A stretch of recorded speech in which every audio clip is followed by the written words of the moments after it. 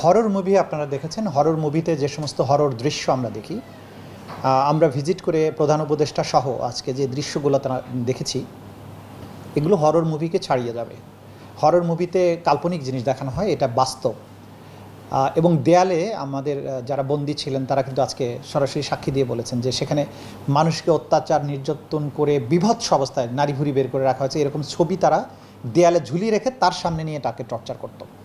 দেয়ালের সাথে রডের মধ্যে হাত পা বেঁধে উপর থেকে আবার চাপ দিয়ে মানে নিজের কাঁধের উপরে প্রচণ্ড রকমের ভারী একটা ওজনের মতো করে প্রেশার দেওয়া হতো এবং এই অবস্থায় দিনের পর দিন বসিয়ে রেখে তাকে জিজ্ঞাসাবাদ করা হতো।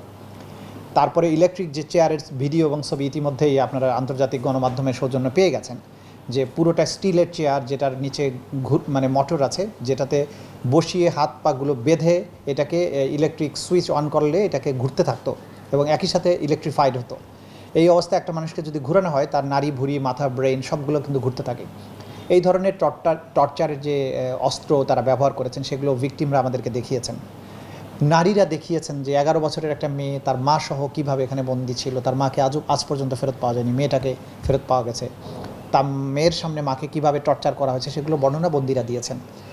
যারা ডিজিএফআইয়ের আয়নাঘর বলে যেটা বলা হয় আর কি, সেখানে যারা বন্দী ছিলেন তারা আইডেন্টিফাই করেছেন যে এই রুমে তারা ছিলেন, কিভাবে তাদেরকে রাখা হয়েছে।